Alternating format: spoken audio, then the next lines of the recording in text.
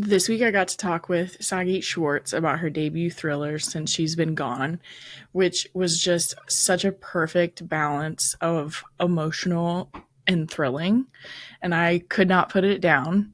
It's about Beatrice Beans Bennett, who lost her mother to a hit and run at age 15, and it threw her life into turmoil. Bereft, she developed a life threatening eating disorder and went through a challenging recovery process, which paved the way for her work as a clinical psychologist decades later. When a new patient arrives at her office and insists that Bean's mother is still alive and in danger, Beans is forced to revisit her past in order to uncover the truth. She learns the patient is a member of a notorious family that owns a drug company largely responsible for the national opioid epidemic, and that her mother was once tangled in their web. In a race against time and her mother's assailants, while once again facing the disorder she thought she'd put behind her, Beans discovers that, like herself, her mother had a devastating secret. I absolutely loved this book so much. I was so invested. There are dual timelines. One timeline is very emotionally driven, one plays out like an action thriller, which you all know how much I love that. And so it was just really exciting getting to talk to Sagit about the inspiration behind the novel, how her own mom played into the writing of this book, and why she wanted to write a thriller that talks about eating disorders. So let's get into it. Before we kind of get into the book, I wanted to get to know a little bit about you. And when did you know that you wanted to be an author, or when were you like, I have a book that I need to write? Well, I'm a licensed psychotherapist, and Mm-hmm. I always loved stories, telling stories. And when I transitioned, I practiced for about a decade. When I transitioned to writing, I was writing in Hollywood, and then do a bunch of factors. I transitioned into novel writing, decided I was going to give it a go with novel writing. In terms of this particular story, uh, I would say it's a confluence of factors. My book features a protagonist in eating disorder recovery, and as a clinician, I noticed that that was a mental health issue largely Mm-hmm. left out of adult contemporary fiction. Yeah. Found in YA occasionally, and more so now in NA, new adult, so like Mm-hmm. 18 to 25. But in terms of adult contemporary fiction, not that common. And it affects so much of the population.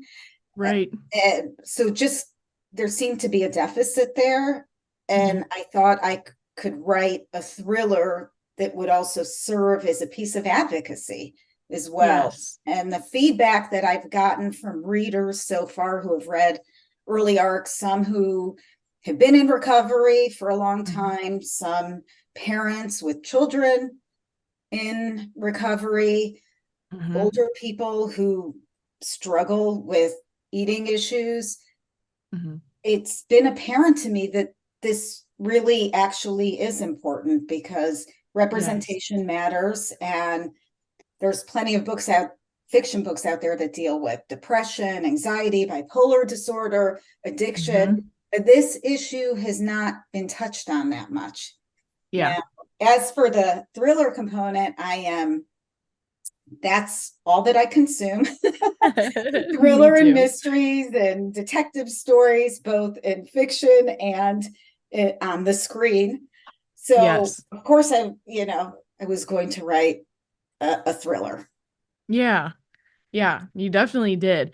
And to both of those points, what I thought was really cool about the book was that it is told in multiple timelines. And so when we're in the past, we are with Beans or Beatrice while she's actively like in treatment for her eating disorder and like really going through it. Mhm. And so it really helps inform what's happening in the present timeline. But like it was like I've heard about eating disorders. I've heard like people whose like podcasts I listen to will talk about it. But this was like so much of the like very nitty-gritty details of like how much it controls their lives. And so I feel like you really took your time showing that in the past timeline, but in the present timeline, it is still the very like fast moving thriller plot that we're used to. So you kind of have like this big compassion for her and understanding for her. So you really did do both of those things so well. I really loved that. Oh, thank you so much. Yeah. Yeah. I also wanted to show that, like addiction, you can be in recovery from an eating disorder and then go through certain periods in your life decades later Yes. where some of the thoughts might bubble up, and it's not a catastrophe, but just to kind of normalize that. So Yeah. people aren't frightened if they, start having intrusive thoughts all of a sudden, Yes. decades later. And Yeah. my protagonist, who lost her mom when she was 15, Mm-hmm. which is when her eating disorder surfaced. Mm-hmm. I'm not giving anything away because it's the first 2 pages of the book. Now she's a grown Right. woman, she's 41, and a new patient sets up an appointment early in the morning and shows up and says, Mm-hmm. "Oh, hey, your mom is still alive and in Yeah. danger." And that Mm-hmm. sets off the entire book and her journey to uncover what really happened to her mom 26 years prior. But in Yes. doing so, some of those old behaviors and thoughts resurface, become triggered, because this is incredibly traumatic time in her life. Yes. And restricting was how she dealt with things in the past. And so those kind of thoughts come back. I also Yeah. wanted to write a story in terms of, and I won't hit it any harder in terms of the recovery aspect, but just that recovery is possible. Mm. I wanted to write a hopeful message, because so Yeah. eating disorders thrive in secrecy and shame. Yeah. And the more people talk about it, reach out to others, that doesn't give them Mm-hmm. the the gasoline to keep running. It kind of like Yes. deflates the balloon. Yes. So I wanted to write a hopeful story about recovery, that it is Yes. possible, but Yeah. also a real one. Mm-hmm. I think there is a problem in the media. Oftentimes, eating disorders are portrayed in a glamorous way or aspirational, because we live Yeah. in a fat phobic society. Mm-hmm. And, when people are thin, they are held up to Yes. be idolized. And Mm-hmm. then there's also the issue that, which I mentioned in the book, that most people affected by eating disorders are actually not thin, um, Yes. by societal standards. And Mm-hmm. so then you're being rewarded for losing weight when you have an active eating disorder. Yes. So, Yeah. just trying to recalibrate this conversation to Mm. insert it into fiction. There have been a lot of memoirs, but as I said, Mm-hmm. not many examples of adult contemporary fiction featuring Yes. this issue. Yeah. Yeah. It And was fascinating. Go yeah, oh ahead. yeah, yeah. It was fascinating for me because I was reading it at a time where I'm trying to very actively work on some shame thoughts I have OCD basically. So that's even, Mhm. you mentioned that in the book, that even runs really similar with Yep. eating disorders. So I get stuck ruminating or in obsessive thought cycles, and some of mine have a lot to do with shame that then creates anxiety in me. So I was at that point, still at this point, this was like a couple weeks ago, but I'm very actively trying to separate the voice in my head and be like, that's not me. And I think my shame thoughts for a long time have convinced me that they're responsible and that they like keep me responsible, or they keep me Mm, safe, or something like around something close to that. So the way that you kind of like personified her eating disorder as like a voice that was talking to her, that was saying like, this is the only way you feel safe, is like because I'm here. I thought that was so helpful. I don't know if that's something that is like directly what people experience, or if you kind of made a choice to kind of personify it that way, but it was helping me a lot too, even just as I was reading, because it's something that I'm trying to kind of actively like separate from, like, I have these thoughts, but these thoughts aren't me myself. yes, I thought yes, that was really yes. helpful.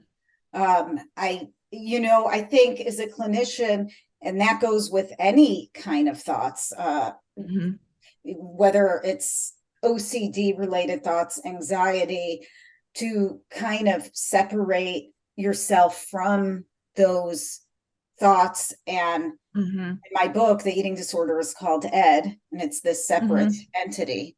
And Yeah. different people will relate to their eds in different ways. Some Mhm. people become have to live with a level of it for their lives, so they, you know, trying to beat them back and all of that Yeah. doesn't necessarily work. And so approaching their ed in a more, oh, friendly way, like, oh, there you are, old friend. Yes. um I'm not, we're not doing this today, like Mhm. that. And then others, the voices will quiet down over time.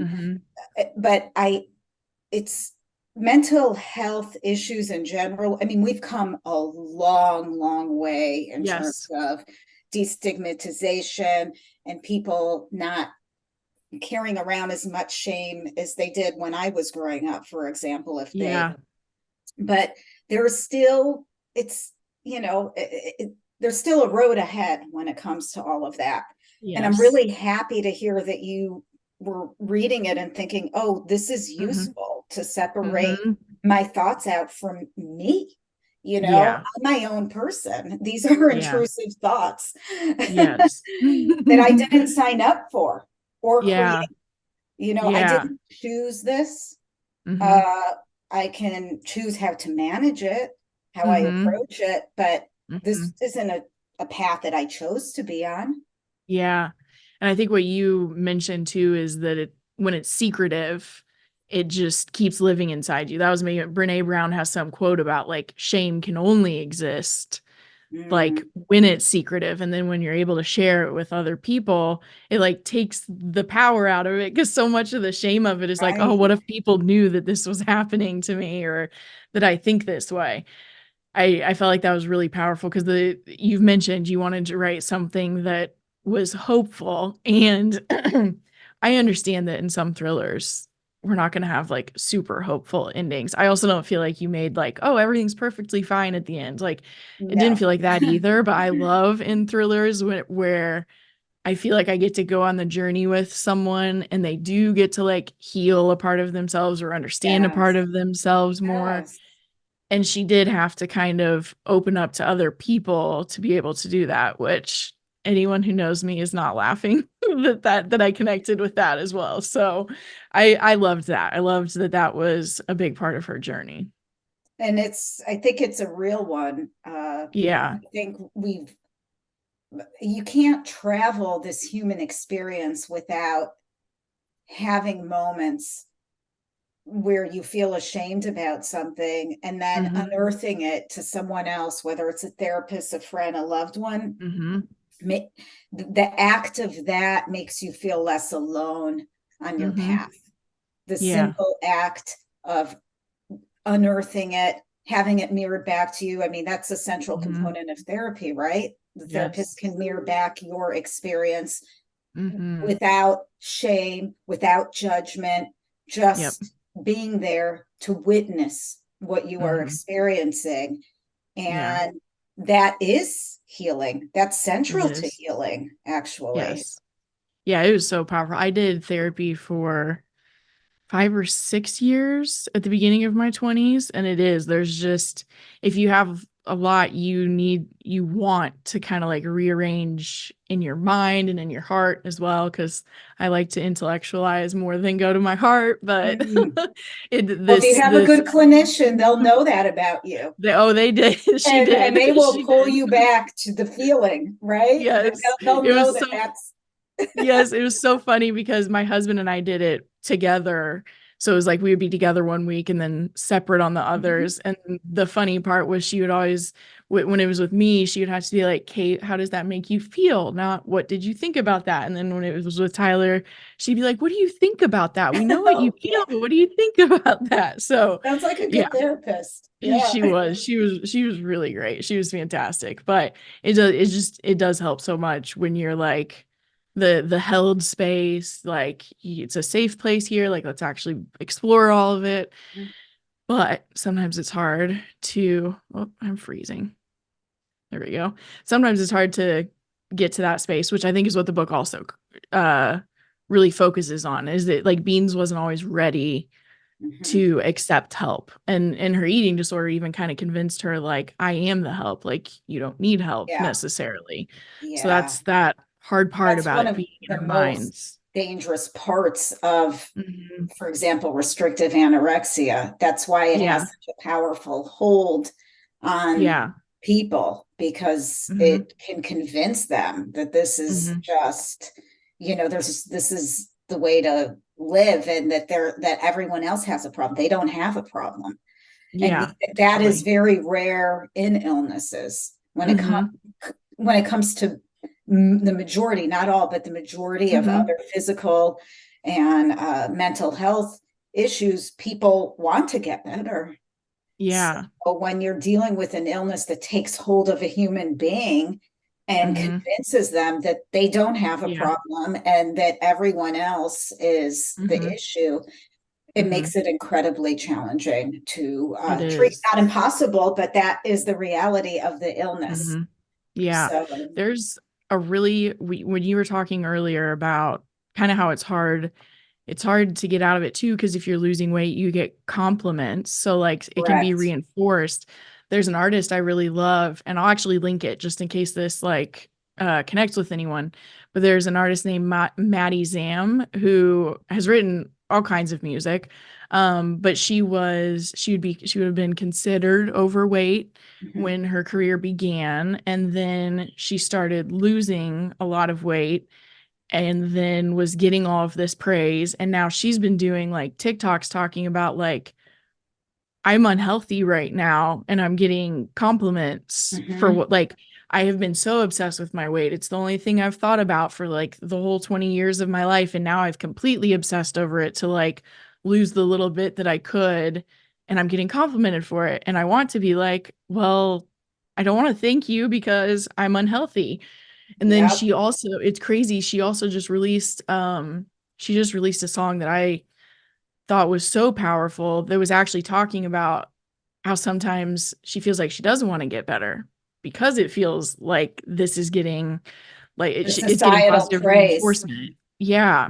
You Yeah. know, just to be clear about how powerful that societal narrative is, I don't know if Hmm. you saw the documentary Miss Americana with Taylor Swift, where she talked about Yes. her ed.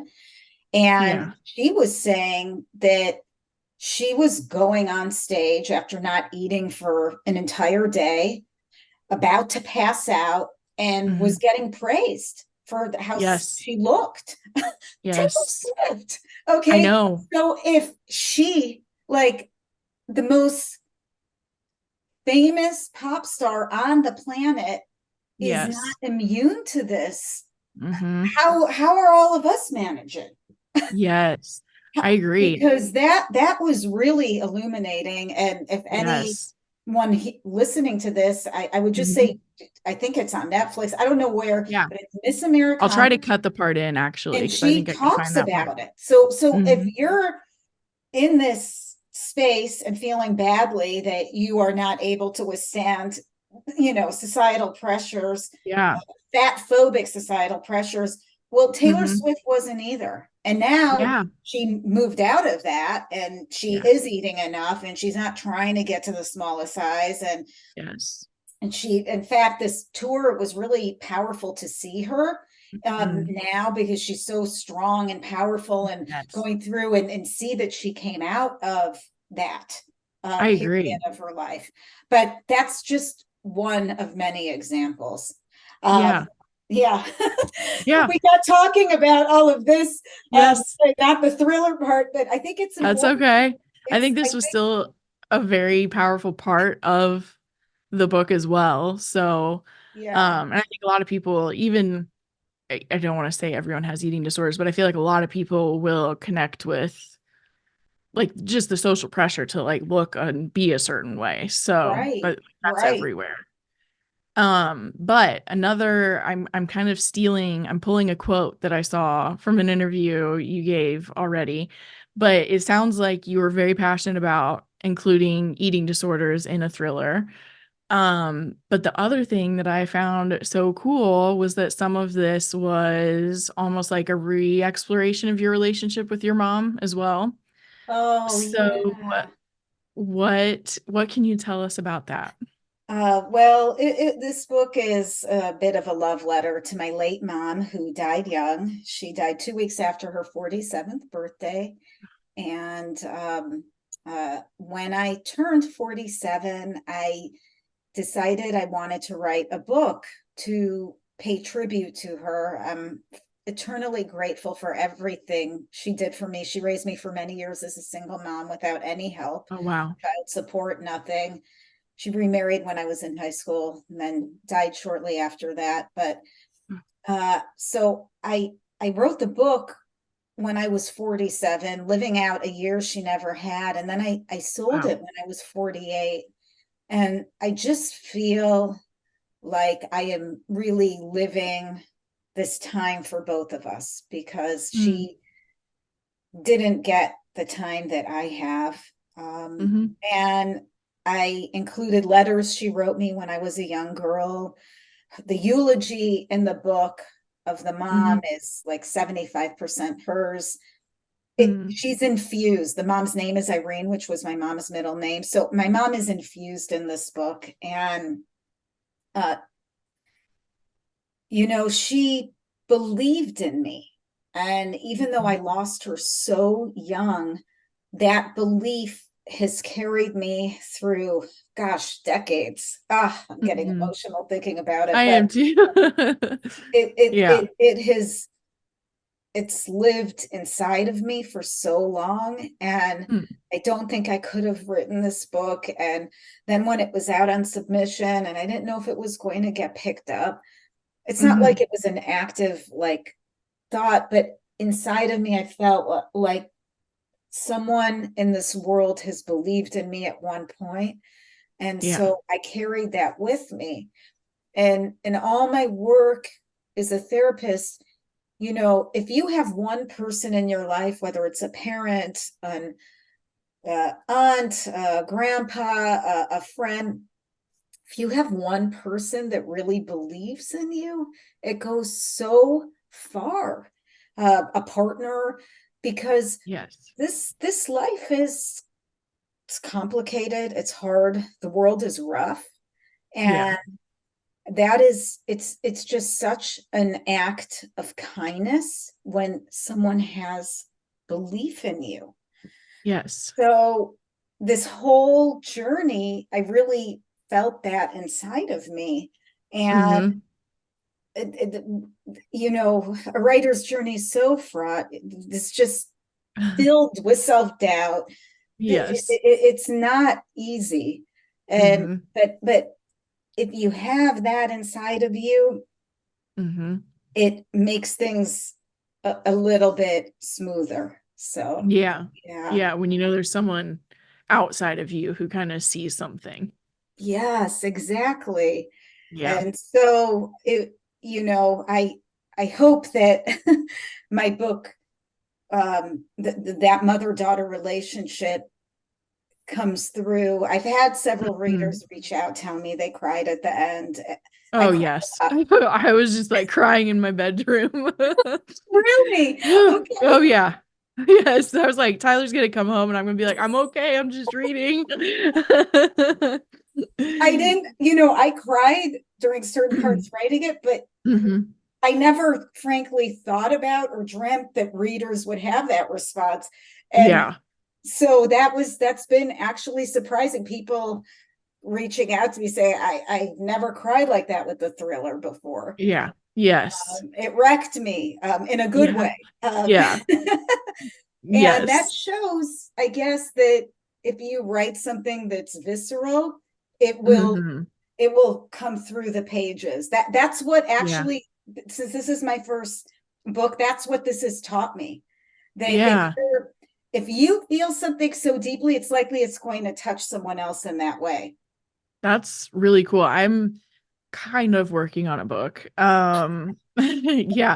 But after like kind of reading different like craft books and stuff and then starting to write some of it, what I thought was so cool and empowering about writing is that you can give your characters these like flaws or traumas or like difficult things that they've been through, and then you get to like write the story that like makes the traumas like how makes them the right character to overcome something else like in their present. And I've been Yes. like, that is just so powerful. And like even seeing it then for myself, like I feel like it kind of helps remind me that like, but you can write like a different story after all the things that have happened to you as well. And it Oh might make yeah. you the perfect character or the perfect person for some challenge. I just feel like that's so magical about writing. That's so exciting that you're working on something. Yeah. Yeah. We'll Oh, is see. it fiction? Yeah. In a thriller for sure. So Oh, oh, I that's know. okay. Okay, this is really exciting. Yeah. It We has, can it's talk been about very more fun. after if you want to about this. Yeah. Yeah. Yeah. Totally. I think that's something I have probably always loved about stories is the way that you just can experience so many other people's experiences and just like see how people moved on from it or overcame it or how like a bad Right. thing wasn't like the end of the world for them. I think it's a really Yeah. fun part about reading, being a reader too. Oh, it's magical. It really is. Yeah. It really is. So, what was your writing process like with this one? I went to the same cafe actually every Oh, day nice. for like a year. It was like a hole in the wall in a strip mall, like with like two different tables. Like no one Uh-huh. really sat there. Mainly people would just get stuff and go. Yeah. And it just anchored me. And it's interesting because now I'm starting something new and I'm realizing I have to go somewhere else and do it Hmm. somewhere else because I have so many memories of writing this Oh, book yeah. there. I actually need a whole change up now. Yeah. Um, so That that makes was, sense. yeah, that's what I did. I worked on it. It started out as a linear thriller, and then about 8 or 9 chapters, and I can't remember exactly, I realized it was Hmm. going to be dual timeline because Hmm. each chapter was half of it was all in the present, but half I was talking about the past. And I was Hmm. like, this actually is going to be better if I show this instead of Yeah. just saying, oh, and then this happened to me when I was 15. And so I Right. broke it out, and thankfully readers seem to be responding to the dual Oh, time. yeah. It wasn't something though that I had set out to do. It just Yeah. naturally evolved. And Hmm. if people are listening and they're writing, I would just say be open to how things Hmm. evolve, because if I just said, no, I have to stick with this, then Hmm. I don't think my book actually would have had the depth that it does, because I think the dual time Right. gave it a depth that, Yes. but so I was open to it. Hmm. Even though I was way into the book, writing the book, I was open to pivoting and changing it to a dual Yeah. timeline. Yeah, that's good to keep. That's definitely good to keep in mind. So with Beans, it sounds like some of her character was coming from you and like things you've experienced, but was there anything you did to like get to know her more, or is that kind of just like as you were writing, kind of like you said, you also were like, oh, I'm gonna need like her backstory to actually be dual timeline. Did you just kind of figure that out as you were writing her? Yeah, it just evolved Hmm. naturally. Yeah. And that aspect, definitely, it was just a natural evolution. And then obviously, Hmm. she's a present day psychologist and I'm a licensed clinician, so I was able Yeah. to bring that part of my career Yeah. to the table, even though Yes. we don't see her actively doing therapy that Right. much in the book. But Yeah. still, the Yes. knowledge, the language, the ability to Yeah. understand what's happening to Hmm. herself, Yeah. that's the clinician in me. Yes. And there were a couple funny lines that were not like mean spirited, but there were a few lines that made me laugh about like she's like, "Oh, this is someone who I would have to be doing this kind of reparenting with them and having been through therapy and like had that explained to me, I was definitely laughing because sometimes we'll be out in the world and we'll be like, oh, this is where this person needs like some reparenting around this. So I Yeah, did like I right. like the little perspectives of that was still in there as well. The The therapist. other thing that the main like a big part of what's happening in the present chapters is kind of unraveling the secrets and deceptions of big pharma and Hmm. the kind of stuff that they will kind of push on the public maybe before it's not ready, maybe not everyone needs to have access to it. Yep. So how did you like research that, kind of like bring that into it? You may have already had feelings about it from where you worked. Yeah, I think it's hard not in some way to be touched by Mm-hmm. uh, what's happened with the opioid crisis. And I have had readers also reach out to me about that, actually, about I bet. parents being addicted, about their own addiction and Yeah, overcoming it. I thought I would get more messages, about the eating disorder part, but I have also had quite a few I bet. opioid related. This is it's a national tragedy. It's obscene Mm-hmm. what happened Mm-hmm. with this one major family, but Yeah. in my field, I mean, you could Yeah. to prescribe something that was completely unwarranted for Ugh. their injury that was not like, a huge deal. So Yeah. this and I mean, it's gotten better. Doctors are being more prudent about it, but Yeah. it's still an issue. It really is. Right. And Yeah. there's a book, the Empire of Pain, which tracked Mm-hmm. what happened with the Sackler family. Mm-hmm. So everything that was in the news, what I experienced as a clinician, I also decided to bring it in to the book. And I think there are some useful parallels between Yeah. addictions and eating disorders, Yeah.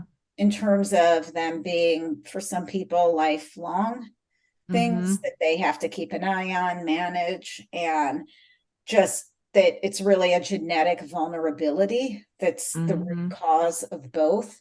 So trying to destigmatize these Yeah. illnesses when people understand that the underpinnings are genetic and that it's not Mm-hmm. a choice to Mm-hmm. be an alcoholic or be Mm-hmm. someone that has anorexia. Treatment Yeah. is a choice, Mm-hmm. but having these illnesses, you have Yeah. 10 people in a room who pick up a glass of wine. Mm-hmm. Not all of them are going to become alcoholics, but there will be one Right. in that, or not one. I mean, it's like whatever it is. If Yeah. there is a person that has a thing of wine, like that's a genetic issue. Yeah. Yeah. So And then with like the opioids and stuff or drugs similar to that, I think the other big problem is that it makes a lot of money. yes, So it's yes, like they have enough power to kind of like block legislation or like uh, someone actually trying to investigate it. and hiring lobbyists Yeah. to protect their interests. I mean, Yeah. 1,000% money is at the root of this in terms of Mm-hmm. that epidemic. I mean, that was Yeah. a family that was hell bent on making Mm-hmm. money at the Right. cost of many, many lives and families' lives being destroyed. So, Yeah. my character, when she embarks on the journey to uncover what happened to her mom, who she finds Mm-hmm. out might be alive and in danger Mm-hmm. 26 years later, she finds herself embroiled in a big pharma family that Mm-hmm. goes up to the highest levels and chains of politics. And Yeah. it was interesting because someone reached out to me and said, I normally find like political thrillers really slow and boring, but yours was really fast paced. I would agree. um, Yeah. I don't think it's hugely political, but Right, right. It is the but politics yeah, of she's it. like, there's a lot of action. Yeah, yes, there was. That was what I really enjoyed about it. And I talk about it on podcasts all the time, but I love books where the main character is challenging some kind of institution, like whatever it is, like churches or government issues or families who have too much money and are selling drugs to people. So I'm a sucker for that plot line. And I loved being like, okay, like can we take them down? Can we do it? And there's so much action in the present timeline. Like it feels like you're reading an action thriller when you're in that one for sure. Yeah. Well, those are the books that I like to read. I like the ones where Mhm. like I legitimately am like actively ignoring my family, my life Yes. responsibilities. Like I'll put in my AirPods and pretend that I'm like talking to someone so my Yes. family leaves me alone, but I'm actually like listening to the book or whatever. Just, Yes. I might switch between print and listening just so I could get through it. Like I Yeah. love those books. I love those Me books. They too. just make me ignore everything. So Yes. of course I set out to write something that was Yeah. a page turner, like, oh my God, what's going to happen next? Yes. Why, what is going on? Is her mom alive? Why would she still be alive? Who would just leave their kid for 26? Like, what happened? Yes. Yeah. I really enjoyed that part of it. You definitely pulled that off. Oh, thank you. You're welcome. I also think, Um, and this is something to keep in mind for you mhm. nowadays in this attention economy where people have so many distractions, myself included. I could be like, I'm going to Mhm. watch a show and then I get on TikTok and an hour later, I'm like, what am I doing? Stop it with Yeah, the TikTok. I I go know. to, and you get sucked in. So you really, you're, as a writer, you're competing with people's Yes. attention spans and Mhm. where they're going to gravitate towards. So I think it's important to write things that will like grab Yeah. people. Yeah, for sure. Because that's what I love. I love when I am sometimes I'm like, am I a pacing snob? Like, because I just want things to be happening. But if the pacing feels like there's just I'm getting new information and it's changing, like if I didn't have a family and dogs around me, I could probably read for like 6 hours uninterrupted at a time. It's more the dogs and the husband that cause some of the interruptions now. Right, right. Yeah. Yeah, and one of the dogs was trying to have a conversation with us, but I think he was far enough away from the mic, so Oh, hopefully no one had to hear him barking here a second ago. But you said that you are an avid reader too, that you love reading. And yeah. so I always ask at the end what you've been reading lately that you loved, The let well, or I in general what you've yeah, loved. general. I read recently Lisa, well, I actually that one I listened to. Lisa Yeah, Jewell's that's reading. latest, of None this of this is true. None of This Is True. That was a fantastic audiobook, by the way. Ooh, that's good to know. I think that you would appreciate it as a podcaster because there's a whole podcast element, and Hmm. the audio is recorded in. Oh, that's so smart. It's really interesting. They record it Yeah. so that the podcast is sounding a certain way, and it's highly produced. That is really cool. As a podcaster, I kind of think it's a necessary book to read. As a podcaster who Yeah. loves Yeah, I've thrillers, read it. I haven't listened to the oh, audio though. you read it. I've read it. Okay. Oh yeah. Oh No, yeah. it is So so they have good. the music, they have the whole thing with Oh the my podcast, gosh, that is awesome. and they have different character actors for each characters, Oh, and it's that's really great. interesting. That Um, is great. I had only before then tried one other Lisa Jewell book. Then she was gone, and I Hmm. was so. I tried listening to it. I got about 20 Hmm. or 30%. It was so scary listening to Yeah. it that I got too scared. I couldn't finish. Yeah. I I think get that one, it. if I had done the physical, I it would have Yes. worked A little better. more detached.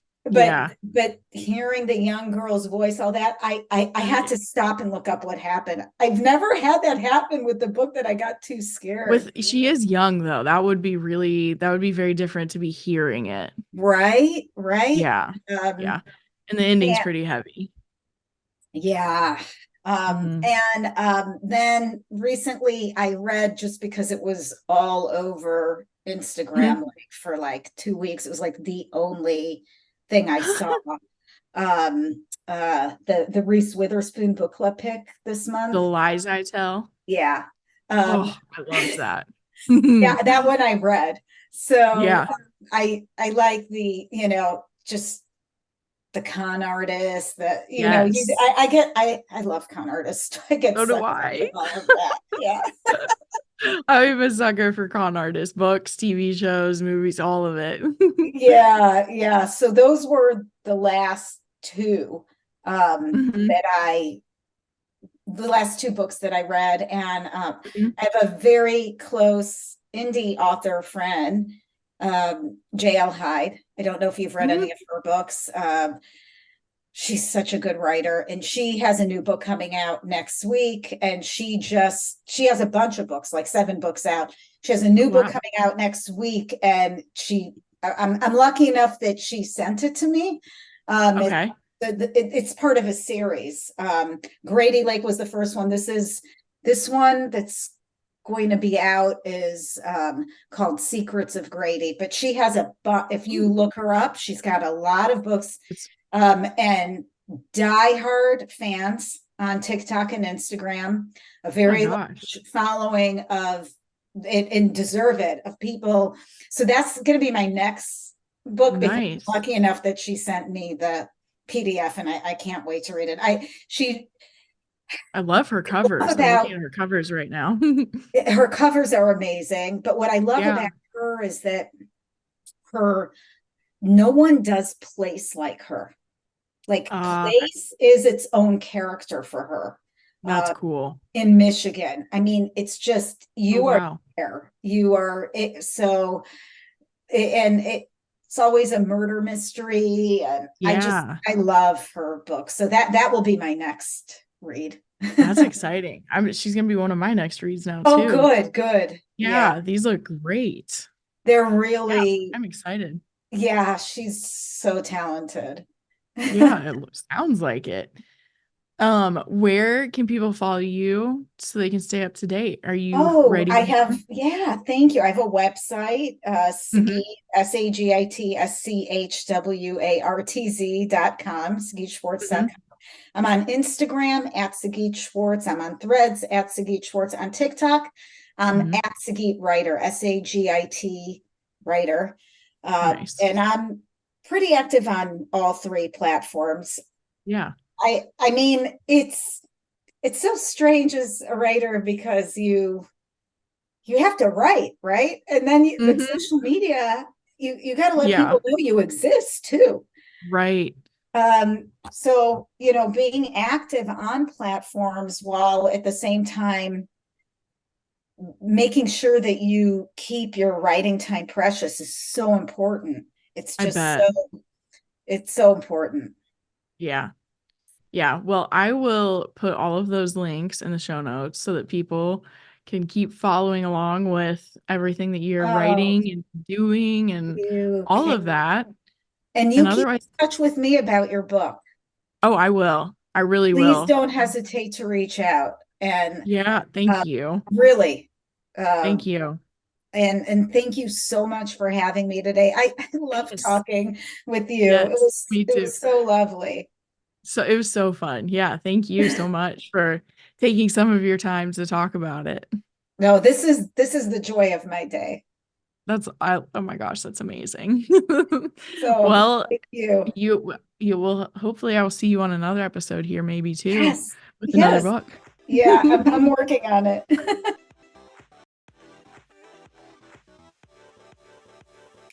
I hope you enjoyed this episode of Between the Lines, and if you did, the biggest thing you can do to support the podcast is to go rate and review it on whatever platform you listen on. You can also follow me on Instagram at the girl with the book on the couch. And if you still need more thrillers in your life, check out Killing the Tea, my other podcast where I talk to my friend Gare about literally everything we read.